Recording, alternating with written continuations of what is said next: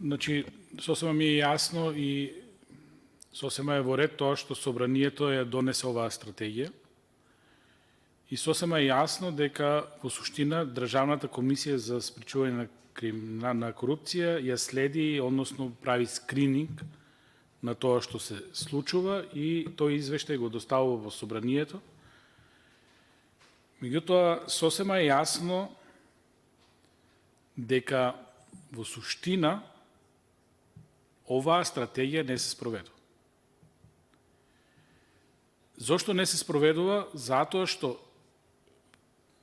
во оваа стратегија, покрај другото, имаме јасно нотирано која работа треба да ја заврши. Ако го сумирате тоа, кој требало да ја заврши работата, ќе видите дека тоа се министерствата, тоа е владата, тоа се инспекторатите, тоа се судскиот совет, тоа се правосудните органи и така натаму и така натаму. Меѓутоа, тоа што на крај можеме да го сублимираме, во суштина тоа се органи кои произлегуваат од владата, од политиката. И не можеме ние да скриеме дека тоа е одговорност на некој. Значи, да, тоа е општо. Министерство за правда, влада, така натаму, Министерство за земјоделство, Министерство за труд и социјала. Меѓутоа, кој раководи со тие министерства? Раководи политичка фигура. Кој раководи со владата? Раководи премиерот, кој е политички избран. Тоа е политичка влада. Така да, многу јасно во таа ситуација може да ја поставите паралелата помеѓу политиката, власта и неспроведувањето на оваа национална стратегија. Затоа што 10%, така и го почнав мојот говор, е единица. 10% единица и тоа од 10. Ако е за школска петка, тоа е помалку и од единица, 0,5 освоени индексни поени. И тука нема преоднос. Тука имаме јасно изразено непочитување на националната стратегија, која впрочем во право сте, Собранието ја донесе. По автоматизам, тоа е непочитување и на Собранието. Непочитување и на мнозинството во Собранието. Значи, министрите, владата, не го почитува Собранието.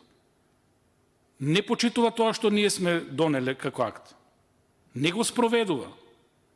И не можеме ние сега да кажеме ова е на сите. Да, ние си ја завршивме нашата работа, ДКСК си ја заврши својата работа, имаме ние слабости со носење на лоши закони, меѓутоа, многу јасно и прецизно треба да кажеме дека проблемот е владата, односно политиката која избрал таа влада и политиката која е инволвирана во владата. Тие не ја спроведуваат оваа национална стратегија. Тие не поминуваат на испит. Тие не се борат против корупцијата и криминалот.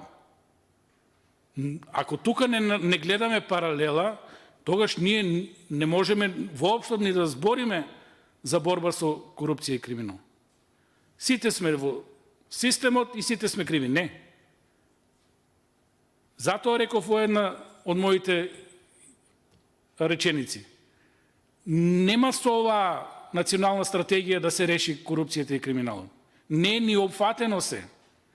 Меѓутоа и како опозиција и ваквата национална стратегија ја прифаќаме затоа што ова е почеток на нешто што треба да дејства од само себе. Односно, надлежните да спроведуваат мерки кои сами ги дале. Сето тоа го стокмило ДКСК, ние сме го изгласале. И они тоа не го спроведуваат. Значи, не се заинтересирани за процесот. Ви спомнав, не им значи на нив проблем со корупција, со афера. 3 дена ќе помине. Ќе дојде нова, ќе ја замајуваме и јавноста кога нема со што, со пратениците. Тука е нашиот интегритет. Пратениците земаат патни трошоци. Забава до бесвест. Никој во државата не зборува, оти министрите имаат и поголеми плати, оти имаат и шофери, оти имаат и секретари, оти имаат репрезентации, оти имаат цели министерства за себе, оти тие треба да ја носат работата, тоа никој не го спомнува. Проблемот е собранието. И затоа се тука тие и дежурни медиуми и се, за да се свртат работите, за да се сврти перцепцијата од проблемот. Секогаш ние на проблемот одговараме со друг проблем. Со дефокус. Тука е таа проблематична точка каде што и како собрание многу тешко можеме да се носиме со олигархијата.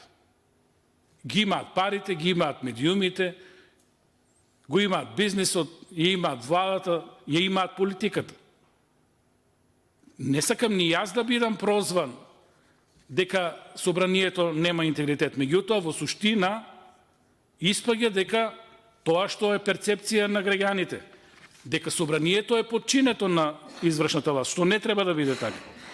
Сакале ние тоа да го признаеме или не, тоа е моја перцепција. Вие имате ваша перцепција. Ја почитувам сето тоа, меѓутоа, клучното е и најбитно од целата оваа работа како ќе гледат на работите граѓаните. Затоа што тие се носители на сувереното право на избор. Ако сметаат дека оваа се превртени тези и ако сметаат дека има криминал и корупција, јасно е дека треба ова да се смени, оваа власт, оваа гарнитура и да дојдат нови луѓе кои ќе се борат со корупцијата, криминалот, особено со високиот. Благодарам. Благодарам, колега.